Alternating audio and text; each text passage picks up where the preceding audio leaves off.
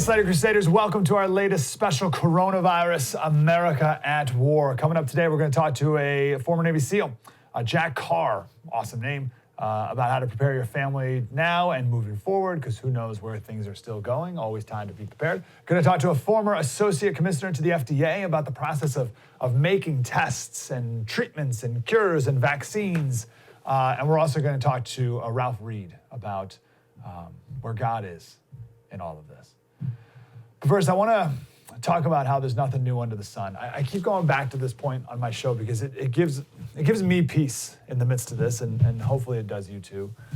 In one of his essays, Seneca wrote, he said, "While children at the beach bring toy houses to life out of heaps of sand, as though engaged in a grand enterprise." And he goes on, and I love that because Seneca's at the beach with his kids building sandcastles. Toy houses to life out of heaps of sand. It was 2,000 years ago. They were playing at the beach building sandcastles. There's nothing new under the sun. We talk a lot about this with Marcus Aurelius. He was the emperor in 165 when there was a plague. And he wrote to himself in 165 that this has all been done before. Only the names are different. So let's go back further than that. Let's go back to 430 BC. There was a plague that ripped through Athens, killed a ton of people. There were 13,000 men in the infantry, and 4,400 of them died. These are young, healthy men, so you can imagine how bad it was for the rest of the area. Thucydides, he got the disease, and he survived, but he wrote down everything he experienced. Wrote down the fever, the chest pain, the spasms, your skin boiled and blistered. Anything touching, like your clothing touching your skin, was incredibly painful. You couldn't drink enough to satisfy your thirst. You could never sleep. And if you got it, usually you died on just the 7th or 8th day. So imagine the panic in this ancient city when this swept through as fast as it did, and 30% of the people died. It could have been even higher.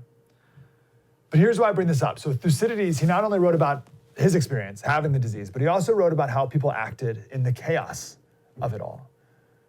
And in short, not well. People did not act well. He says, overwhelmed by the violence done by the evil of the plague, and not knowing what would become of them, human beings became neglectful of things alike sacred and profane. The plague first gave rise to a marked increase in lawlessness. He said, a lot of people who looked otherwise healthy and prosperous and they were righteous people would die. So everyone is thinking, like, what the heck? Like, why act right? If you act right, you're going to die anyway. He said, and no one was enthusiastic about pursuing what was deemed beautiful and noble, since they thought it unclear whether they would die or not before even achieving it, right? So no one's going to sit down and write a great play if you think you and/or everyone else is going to die. So nothing beautiful was done. He said, no fear of the gods and no human law held them back, because the gods, like no one prayed to their gods because whether you did or not, you were going to die.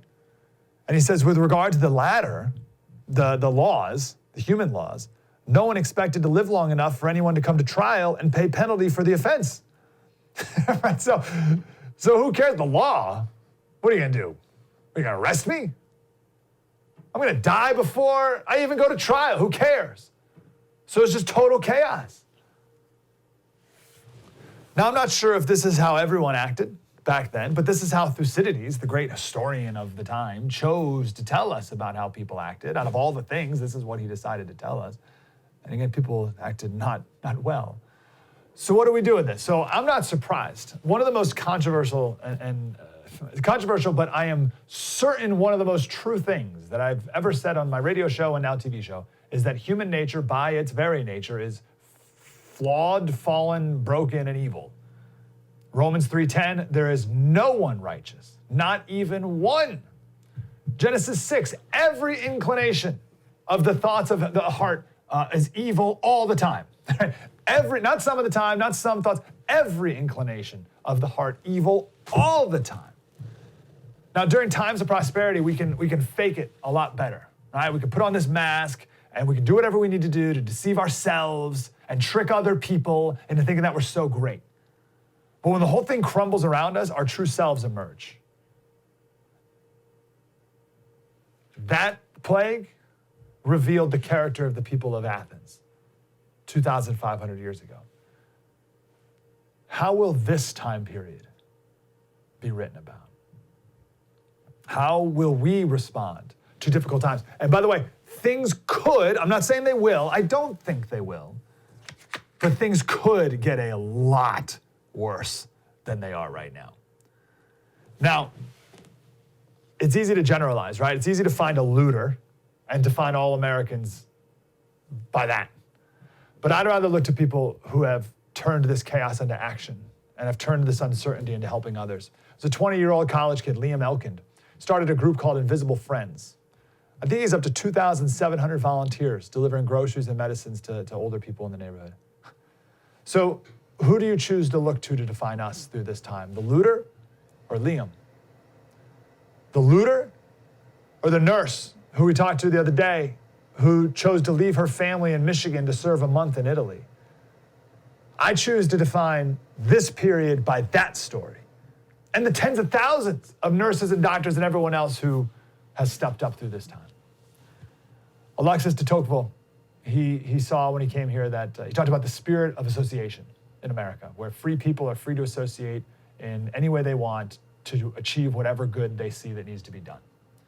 And we see that everywhere in America. JetBlue giving away free flights to medical workers, countless companies making masks and ventilator parts, hotels and Airbnb donating rooms to people working on the front lines. There's a weird belief in America that first of all, China handled this so well. And also that China can better handle this because they have a more authoritarian government. Which is weird because that's the place that started all this. But also, I don't think that top-down authoritarian control is the way to get out of this or the way to win this war. It's not top-down, it's bottom-up. It's free people helping fellow citizens. And I hope in 1,000 years, that's the story that's written about this moment. And us. And you. So how do we better prepare our families for that? So we're going to do next, talk with a former Navy SEAL about what we need to do now to prepare still for what's to come. Coronavirus, America at war. I'm Mike Slater, more coming up. Spread the word.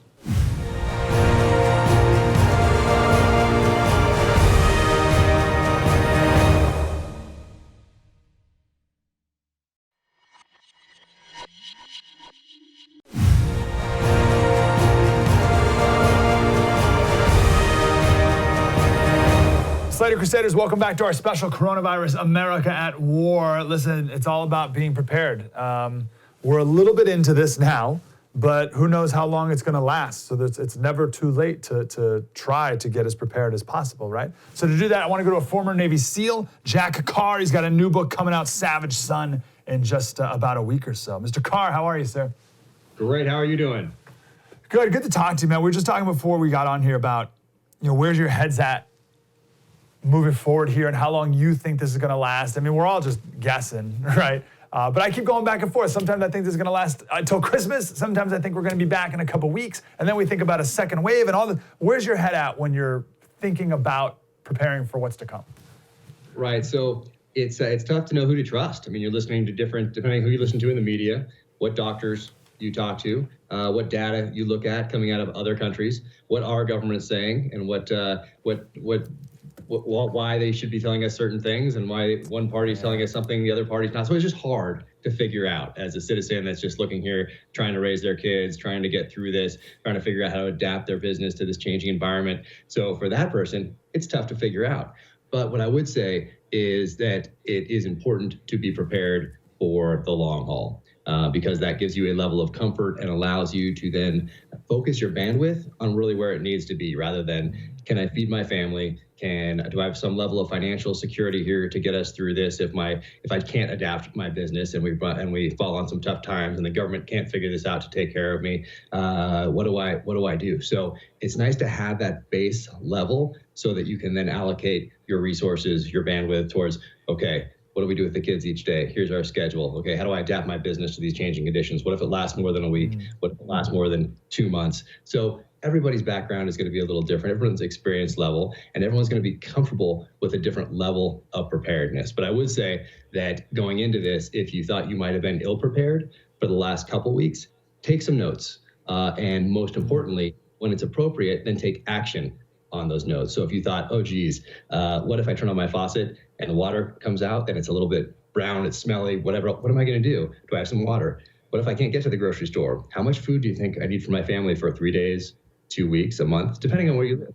Different levels of comfort there. Or even, hey, can I protect my family? If the police aren't going to be here when I call 911, should I have a firearm? Or more importantly, should I maybe know how to use that?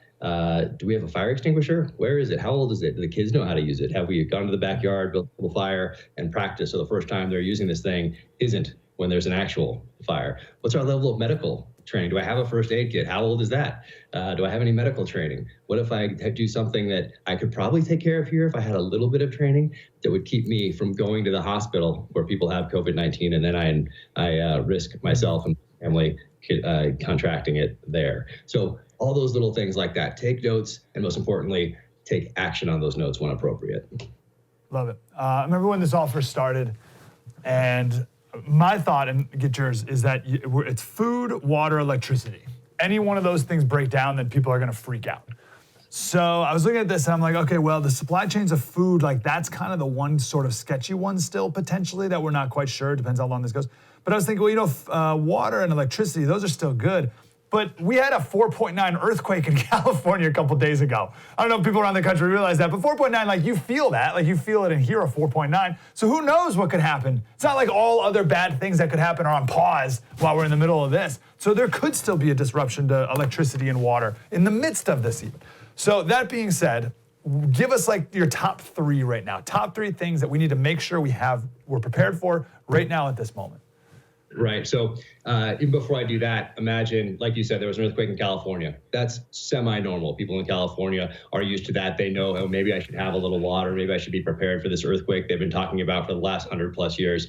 We had one in Utah, and we came from California. We had one in Utah last week. People here were not used to earthquakes. But now think about, couple what we're dealing with now with COVID-19 with, let's say, a terrorist attack. Couple that with the earthquake, a tsunami, hurricanes, natural disaster type thing, or an attack by a state actor. What if we have a huge cyber attack, or what if the electricity goes out for more than a few hours, more than a couple days? So everybody's level of comfort there, like I said, is going to be different. But for me, the base of the pyramid is most important. Just like Maslow's hierarchy of needs, you need that food, water, air, shelter. You have to have that taken care of in order to go take care of those other things at the next level. That next thing is safety there. But for me, it's having that food, and depending on where you live, it's going to be a different 3 days, 2 weeks, 2 months, whatever it might be. That water, of course, and then being able to take care of your family and being prepared to protect them, because as a husband and a father, I feel that's my responsibility. So once again, and also you mentioned electricity. When the electricity goes out for a couple hours, just imagine how people freak out about that. Imagine so used to getting information immediately.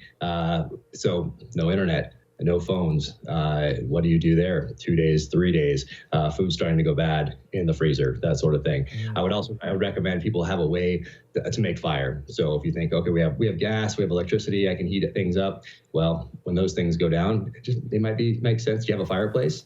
Maybe not. Do you have a grill in your backyard? Does it work? You can make a fire in that. Oh wait, maybe it's a gas grill. Maybe it's electric type thing. So just having some options but it's all about your comfort level. It's not about hoarding. It's just having a basic level of preparedness that allows you to allocate your bandwidth where it needs to be. That's what it's all about.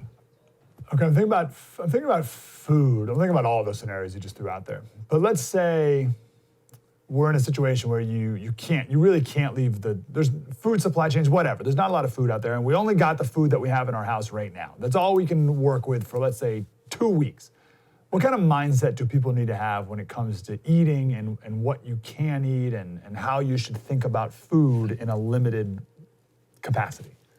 Right, so they're gonna need to take a breath and plan for the long haul, do a little rationing, get into those cupboards, get those canned goods, put them in piles, ration it out, and then you'll know, okay, this is what we have. We have 5 days right here. We're gonna ration it like this. We have 5 days, and then we're in trouble. So you're gonna need to do that. But even better is to be prepared ahead of time. Be prepared with some freeze-dried food. Be prepared with some ways to filter water if something happens and you can't get it out of the tap. So that's why the preparedness levels are so important. And taking those notes now so that when it is appropriate, you can go maybe get that medical training. Because having the first aid kit is great. Having a robust one is great, but then knowing how to actually use it effectively is even better. Same thing, having a firearm, that is great, but knowing how to use it safely, effectively is even more important. So just taking those little notes, not forgetting about them when things go back to normal or quote unquote normal. So that's the most important thing you can do. I like the idea of taking everything out of the cupboard and like laying it out and just having a visual understanding of what you actually have. Because you got the cupboard and it's maybe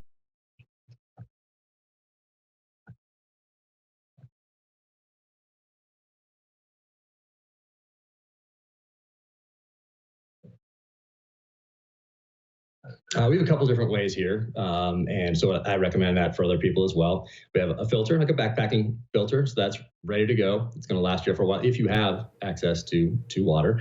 And also iodine droplets, great. Also have those as a backup or maybe as a primary, and then a filter depending on the situation. If you have electricity, you can always boil water. Important to let it filter. If it's dirty or nasty, you let it sit.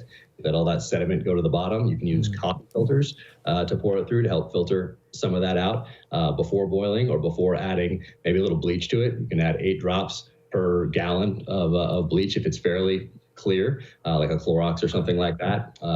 So in an emergency situation, obviously. So there are options there, and I'd recommend people have more than one. And those things don't take up much space. Very small water filter, very small little tablet of iodine. And then, of course, most people have bleach that they can use as well in an emergency situation. We got 2 more questions. We got about 3 minutes. Talk to me about fear and anxiety, right? As people's minds are racing about what could happen next. And, let's say electricity goes out and how do we, you mentioned take a deep breath, but then what? Right. So I'm glad you asked that because that's probably the most important thing people can do. Take that breath.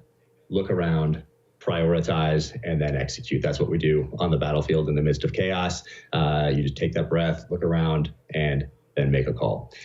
So staying calm in emergency situations is probably the most important thing because you're an example for your family. They're going to read off you. And it doesn't matter if you're male, female, whatever, but if you're the leader of that family, then you are the example. Your kids are going to look to you. They're going to freak out if they see you freaking out. So most important thing is to stay calm. Take that breath, deal with those things that are most important priorities. Okay, water, check. Food, check. Okay, we have air. All right, check. We have shelter. Okay, check. Next, safety. Boom. What do we need to do here? Check. How about our neighbors?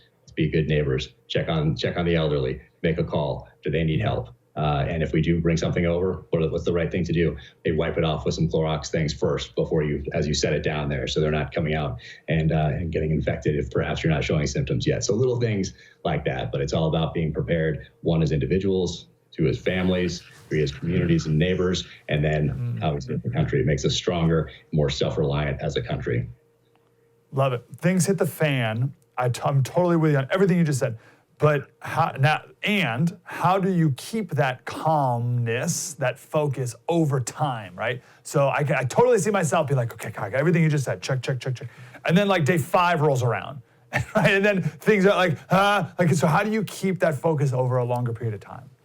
I think having that schedule is important and making sure that everybody is part of that team. So if it's just you, okay, maybe it's a little easier. If it's you and your wife, okay, 2. Now you add a couple kids to that situation.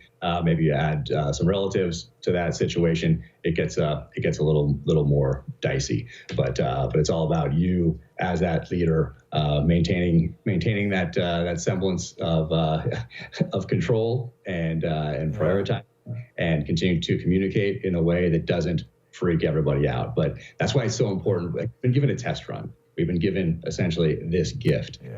We've gotten a little soft. We've gotten a little dependent on governments to do a lot of things for us. Well, now people are waking up and thinking, oh, geez, maybe the government isn't always going to be here to take care of me and provide for me. Maybe I need to do this for myself. And really, the foundation of this country is self-reliance. And we are all here today because we had ancestors that were self-reliant. It was somewhere in that DNA. So we have it within us to be creative and to creatively figure out solutions to these problems so we can allocate bandwidth where it needs to really be. I love that idea of test run. You wrote an article in Town Hall that our enemies are watching us and how we react to this. And I don't know how they're judging it. But last question real quick. When you guys are preparing for an operation, how do you interpret data? How do you filter through what's worth inputting and what's not worth inputting, as we are all have a billion news outlets just deluging us with information? How do you process what to take in and what not to?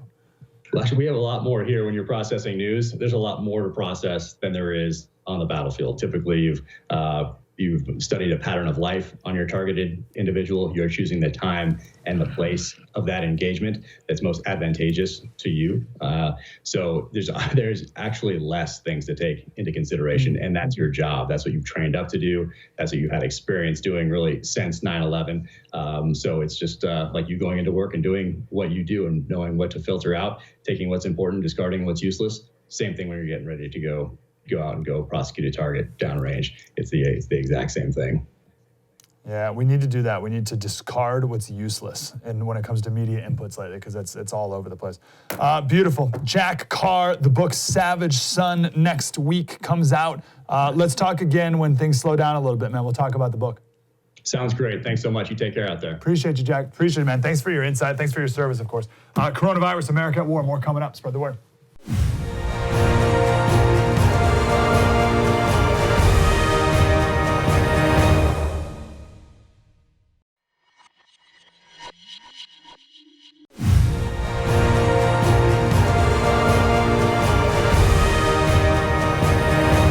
Slater Crusaders, welcome back to our special Coronavirus America at War. Really excited for insight from Mr. Peter Pitts. He's the president of the Center for Medicine in the Public Interest and a former FDA Associate Commissioner. Mr. Pitts, how are you, sir? Doing pretty good. I'm conscripted in the battle against COVID. Good. I'm glad you're here. I'm glad you're in the fight. So help us understand it more and things we need to do. We have lots to talk about. Let's talk about hand sanitizer first. I made the mistake when, like a month ago, I was in Ace or True Value with my wife, and they were out, and I said, oh, don't worry about it. In a day or two, they're going to pump out so much Purell, we'll be swimming in it. What are the logistical hurdles of making it and distributing it so that we still don't have any at the store? Well, hand sanitizer, just like pharmaceuticals, have many different parts, not the least of which are the bottles that they come in. So we have to make sure we've got a good supply of that. We have to be sure that the elements that go into hand sanitizer are available and of the highest quality.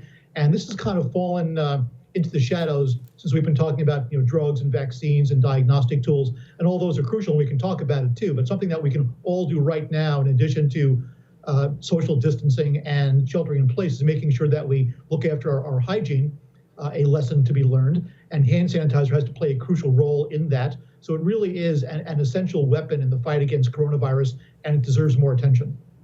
Where do we get so on our special a week or two ago, we actually talked to a guy who runs a plastics company who has retooled all their stuff to make the pump for the top of the bottle, which is pretty cool, right? So we need that. But what about the ingredients of it? Where do we get those?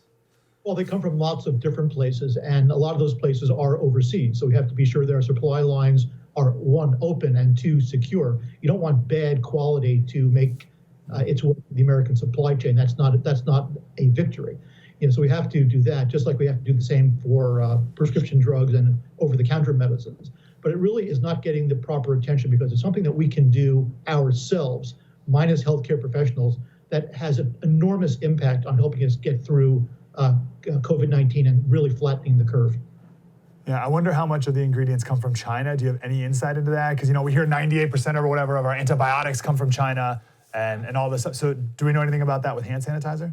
Well, just like everything else, both labor and material is cheaper in China, as is manufacturing. So we have to assume that whether it's India or whether it's China, a rather large percentage of the elements of hand sanitizer that we're going to find on the shelves of supermarkets and pharmacies are coming from China and India. So that's a key concern, and we can't forget about it once this is over. This is an issue we've got to remember. A lot of this stuff really should be brought back to the U.S. as a solid plan B. Yeah, and then talk to us about the distribution of this stuff. So it's one thing to make it. How do we get it to where it needs to go, and who needs it the most? I think one of the lessons that nobody learned was it's not just about science and healthcare, it's also about industrial logistics, and whether it's hand sanitizer or ventilators, masks, gowns, gloves, toilet paper, we have to have the infrastructure in place and the priorities in place to make sure that what we need gets to where it's needed. And how would you recommend that, or what's the hierarchy that you would put in place for that? Well, I see when the president gives his press conference, I see a lot of very solid scientists and regulators and healthcare pros behind him, but I don't see anybody who handles the logistics. It's not being prioritized, and it needs to be prioritized, because you can have the best medicines and the best hand sanitizer, but if you can't get it to where it's needed, it's for naught. Yeah, I did see the other day someone from the Joint Chiefs Director of Logistics or something, and he was talking from a logistics standpoint, but it was interesting to look at it from this war logistics perspective, right? So you have these people who are normally moving tanks and troops who are now moving ventilators and hand sanitizers, but you say that's the type of level and attention that this needs. Oh, we are at war. This is World War III, no question about it. And when you're fighting a war, the most important people in the room are those who manufacture the tanks and the guns and the planes and the weapons, and the people that can figure out how to get them to where they're needed before they run out. In other words, you can have the greatest guns in the world, but if you run out of ammunition, you're back to throwing spears. So, just as it's important in this war. Yeah, great. Okay, let's talk about experimental medications. Things that are being thrown out there, HCQ, zinc, and some other stuff. What do we, non-scientist, non-doctor, need to understand about this whole process? Because I can get a little emotional about it either way, right? I can get really excited and I can get really down on something. So where should my head be at with this? Well, we don't want to fall into what's called the precautionary principle, which is don't do everything until you know everything. That's impossible. That's not the proper prescription. So for example, what the FDA is doing for medicines that currently exist that are approved for other purposes is that they've issued what's called an emergency use exemption, which means that doctors at their own discretion can use, for example, chloroquine to treat patients in hospital. That doesn't mean that that drug has been approved for use. It means that we're in a crisis situation and we need to try everything while capturing the data. So on the one hand, we're doing kind of the old-fashioned traditional gold standard clinical trials on chloroquine, for example, while simultaneously allowing doctors to use it in real time. This is called parallel tracking. And this began in the 1980s, believe it or not, with HIV/AIDS experimental drugs. And the person who really came up with the concept was, believe it or not, Dr. Anthony Fauci. So it's good to have him. So it's good to have him on the team. He kind of understands the concept, and the FDA is absolutely with the program for these existing medications, and also diagnostic tests similarly have been given a lot of exemptions, but we need to start capturing real world data in almost real time. And there are also drugs that are not approved for anything that are being studied that the FDA is fast tracking to make sure that they can potentially be used in COVID-19 situations. These are largely antiviral drugs, again, anti-HIV/AIDS medications, medicines for Ebola that have been proven to be really potent relative to viruses. So, with proper oversight, we really are, putting everything that we can into the armamentarium to fight COVID. So you're okay with this process, right? You're okay with the trial and error. That's probably not the right word for that, but you're okay with the system that we have today with that. Well, I'm not okay basing it all entirely on anecdotes like chloroquine. The plural of anecdote isn't data. So while we're allowing the use of chloroquine, again, based on anecdote, we're also doing real solid science. So we'll have the two ultimately, but right now we can't wait as we would in more traditional times for all the data to come in so we can all study it, and parse the data and have conversations. We don't have that luxury at the moment. So I'm okay parallel tracking it. I'm not okay throwing everything against the wall and throwing caution to the wind. That's not victory. Okay, help us understand the difference. So what's the difference between an anecdote and science? Okay. An anecdote is, we gave chloroquine to these 5 people and their symptoms were lessened and the course of the disease was shortened. Those are anecdotes. That's not the way that you collect science. You need to collect science in a much more robust manner. Not to say that anecdotes don't count. They can point you in the right direction. Now, the issue with chloroquine, again, for example, is it's not like drinking a glass of water. Chloroquine can cause serious heart problems, as an example. So you can't simply say, well, there's no harm in it, go use it. And kind of like what the president said. The president is trying to be our optimist in chief, and I appreciate that. He's trying to tell us positive things that are happening, but you have to take these things in the proper perspective. So maybe that's the right word. The issue here is using these products in the proper perspective by use of medical professionals. Also, a lot of these drugs that currently exist for other conditions are important to treat rheumatoid arthritis or lupus, and you don't want people using these drugs for chronic use having a shortage. So it's important to understand that these are really products for people who have a very serious pre-existing condition or they're older in the hospital. This is not for the majority of us who are going to get the virus, go home, rest, drink plenty of fluids, and get some TLC if that's available to us. This is for serious use for desperately ill people. What are some robust data points that you would look for? So let's say I'm watching TV and I see some doctor come on and say, as you said, I gave it to these 5 people and they got better. What are some questions that I should be asking in my head? But how old and what were their pre-existing conditions or whatever? Like, what are some things that I should be asking to get beyond just anecdote? So the soundbite is, it works. It's almost a cure. That type of hyperbole is not helpful. You need to know, who are these people? Where are they? What was the course of their disease? Do they have pre-existing conditions? The tough, geeky science stuff that nobody really wants to pay attention to, that is absolutely crucial in doing the right things. Because as we move forward to develop a vaccine, which I think will probably be available in 10 months to a year, it's not just solving the science problem, which is hard enough. It's also figuring out the manufacturing, which is incredibly difficult. So when you do things like, the University of Pittsburgh is close to a vaccine, you have to ask, well, what does that mean? Is that lab work, which is the proper answer? Because it certainly isn't getting ready to be put into syringes. What we need to talk about more, for example, is FDA fast-tracking testing, not just for people who might want to test positive or negative, but also people who have already run the course of the disease and testing their blood for what's called convalescent antibodies that can be used as a sort of middle ground vaccine for people who are yet to come down with the disease or people that already have it, and especially healthcare workers, public safety officials, firefighters, people who are out there, people that are stocking our supermarket shelves, people that can use these experimental treatments as early as possible so that we can continue having at least a degree of normalcy. Yeah, let's talk about timelines, as you mentioned. So I think we live in a very Amazon same-day delivery culture, and everyone had this expectation that we should have a vaccine right away, and we should have testing right away, and all this thing like right now.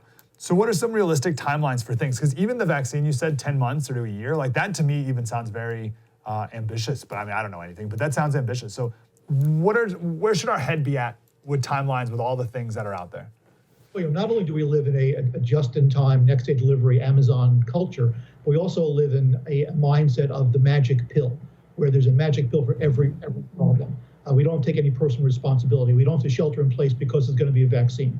We don't have to lose weight because there's a pill that can help us lose weight. That's not working here.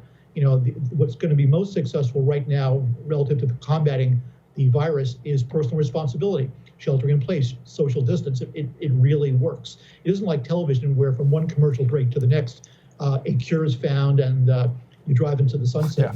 Nothing's going to take a long time. 10 months to a year for a vaccine is actually incredibly fast. And it's important to keep people educated as to how these things really work in the real world of science. What is, and again, no one knows anything, I'm not holding you to anything, but what is your timeline for when we go back to normal / what does normal even look like in this post-COVID world? Well, I think that we're going to get back to normal eventually, but we're not, the United States isn't going to go from one day to the next, flipping the switch, and all of a sudden we're back to new normal. This is going to be a city by city, state by state, region by region proposition. I'm in Manhattan, and we were the epicenter for a while. I think we probably still are, but as we come through the other end, other parts of the country are going to be on different parts of the curve. So I think that's why it's important to capture data on who has already had the virus and come out the other end of the tunnel. Once we know that, then we know who can go back to work. We know how the course of the disease is happening in our region, across the country. And then ultimately, it's up to governors and mayors, I think, initially to understand that data and make localized decisions relative to who can go back to work. If restaurants can reopen, for example, but it's not going to be a nationwide decision. So that, the president's earlier call for, back to work and back to life after Easter, again, optimistic, and I'm all for that, but you have to deal with the reality here. It's going to be, it's a long road from here to there, and we're not on the same we may be all on the same highway, but we're not all in the same place on that highway. Yeah, oh yeah, well said. Peter Pitts, president for the Center for Medicine and the Public Interest, former FDA Associate Commissioner. Mr. Pitts, thanks for your insights, sir. Let's talk again next week or soon. My pleasure. Stay safe. Thank you. Appreciate you. My name is Mike Slater. Again, we're at our special here, Coronavirus America at War. More coming up. Spread the word.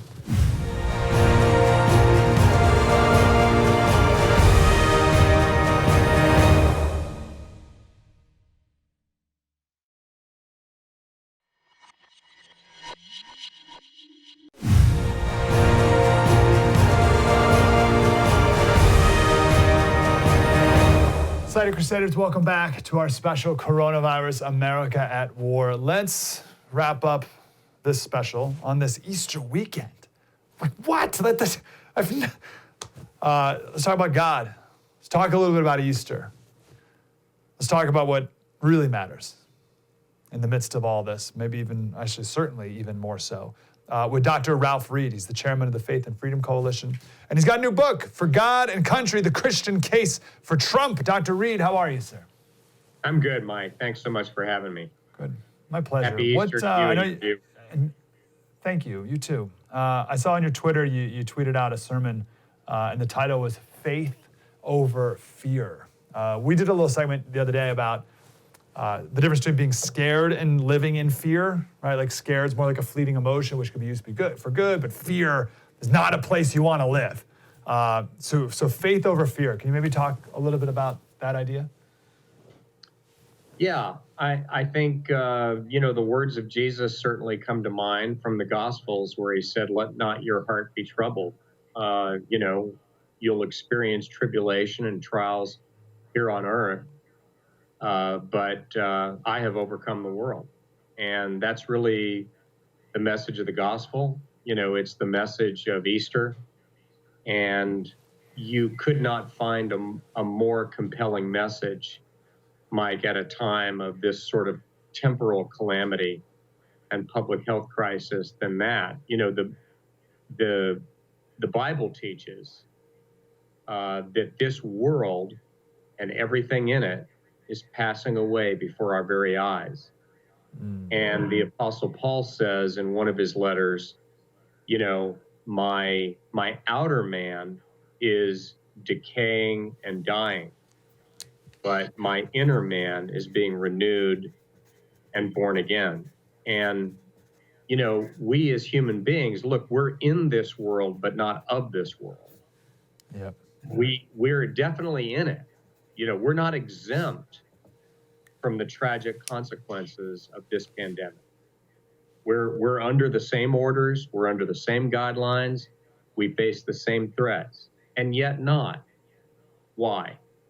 Because we live for and we hope for a world that is yet to come. And I would make one last point, and this is important. Our faith teaches us, and the Bible is replete with tangible examples of God taking what appears to be an unspeakable and senseless tragedy and turning it for our good and for his glory, and causing the outcome to be better than if the crisis had never happened. And by the way, there's no better example of that than the cross. Friday didn't look so good, but Sunday did. And there is no resurrection without the crucifixion. Amen to all that. I'm preaching it here. Do it. Let's do it. What else are we doing? That's all that matters. It kind of came out. No. Let's preach. Amen. We got our organ is getting worked on. Otherwise, I would have banged down a couple notes on the organ for you there too. Last time you were here, you used this great term, this great line, and I've used it every day. Christians need to flood this space. I think those are the words. That's at least how it's and he gave him a telephone over the week. That's how I've translated it. Christians need to flood this space. And I thought of it because on the show a couple days ago, we talked to a nurse from Michigan in Italy working with Samaritan's Purse. Wow. And we asked her why she's doing this. This is her 19th deployment. She's there for a month. This is week 3 of a month. She has 2 kids. She's been doing this for 10 years. They're 21 now, but she's been doing it since they were 11. And I asked her why she's doing it, and it was the most eloquent answer to anything I've ever heard in my entire life. It brought me to tears. And I'll paraphrase. It was something like, Jesus said to put your life, treat others as you wish to be treated, put others in front of you, not to turn away from evil and suffering, but to use the skills I have to save lives, glorify God, and spread his kingdom. And it was like so, like this is what I do, and there's no question, right? No pretense about it at all. It was one of the most beautiful things I've ever heard. So I don't know. I just want to give you a minute to talk again about flooding this space, things you've seen, and things that have inspired you in that regard. Well, I'm certainly inspired by people like the nurse that you spoke to, and by Franklin Graham. I was privileged to be on a call a couple of days ago with the president and the vice president, and about 10,000 faith leaders. And the president asked Franklin Graham to give a quick update on what Samaritan Purse was doing. As you know, they've stood up a field hospital in Central Park across the street from Mount Sinai Hospital. I think Franklin said they were doing the same thing in a number of other hot spots around the country and apparently around the world. I think if you look at Church of the Highlands in Birmingham, Alabama, they turned their parking lot into a makeshift coronavirus testing site. Prestonwood Baptist Church in Plano, Texas, outside Dallas, has undertaken a massive food distribution program that I think, as we speak here today, has reached over 10,000 people in that community. And, you know, it doesn't get mentioned as much because it's been so omnipresent for so many decades that it almost blends into the furniture. But in many of the urban centers around the country, the Salvation Army is the lead nonprofit providing food, shelter to the homeless, to the newly unemployed, and to those who are in need of assistance right now. So I believe at a moment like this, the church, by which I mean not the structure, not the building, I mean the people, need to be the hands and feet of Jesus, by which I mean, if you look at Jesus's earthly ministry, before he ever shared the gospel, before he ever preached, before he ever talked about the principles of the kingdom of God, he made sure that tangible, pressing, human physical needs were met. If people were hungry, they ate. If they were thirsty, they drank. If they were blind, they saw. If they were deaf, they heard. If they were hungry, they ate. He cared about people's immediate needs. And he was the great physician, and he healed all those with ailments who were suffering that he could. It was central to his ministry, and therefore it needs to be central to who we are as well. Wow, what a great point. Tell us about that call that you mentioned a bit ago with the president and Franklin Graham and others. What was that about? It was something that the president of the White House did because he wanted to reach out to faith leaders around the country, Christian, Protestant, Roman Catholic, Muslim, Jewish. Obviously, we're in the holy season with Jews celebrating Passover and Christians celebrating Good Friday and Easter. And he said, he expressed his appreciation for all that the faith community was doing and alluded to some of the things that you and I have talked about. As I said, he called on Franklin Graham. He also called on the head of Knights of Columbus. He called on the head of, I believe it was the National Jewish Fund and what Jewish charities were doing right now. And he thanked everybody. And he said, look, I'm really sorry that we're not going to be able to celebrate in our houses of worship during this holy season. But he said, I hope we can get back very soon. And just said how he understood how essential the work that they do every day is to us beating this virus. And it was very inspiring to be a part of it all. I've never heard that. I didn't hear that anywhere. We only have about a minute, Doctor, but this can tie into your book too, For God and Country: The Christian Case for Trump. But what leadership did you see out of the president then, and Mr. Pence too, that was encouraging to you? Well, I do talk about that a lot in my book. I talk about what an unlikely figure Trump was and remains to be a champion for the Christian faith and for the church. But here again, with that call, the words that he expressed, similar words of expression from Vice President Pence, I think you look at Trump and you look at what he's done to defend religious freedom, what he's done to defend life at every stage of life, whether it's unborn or right now in the coronavirus striking so many and the elderly. He's pro-life. He stood for the values that beat in the heart and give meaning to the souls of millions of Americans of faith. And in the midst of this crisis, I think he's demonstrated again that we made the right decision by backing him in 2016, and will do so in even bigger numbers in 2020. And that's probably right. I think that's right. For God and Country: The Christian Case for Trump, Dr. Ralph Reed. Dr. Reed, thanks, sir. Thanks for preaching this morning. You bet, Mike. I'm not a preacher, but I was happy to share a little bit of the gospel today. Thanks for all you do to light a candle in the darkness. Thank you, Doctor. Appreciate you. Yep. Slater Crusaders, thanks for being here. Listen, I hope this whole show today was encouraging. Kicked off talking about preparedness with a Navy SEAL. We got some knowledge from the former FDA Associate Commissioner, got some hope from Dr. Ralph Reed. I think that's a pretty good way to spend an hour, and I appreciate you being here. We'll be back on Monday, my show, True Story, with Mike Slater every weekday at noon Eastern. Spread the word.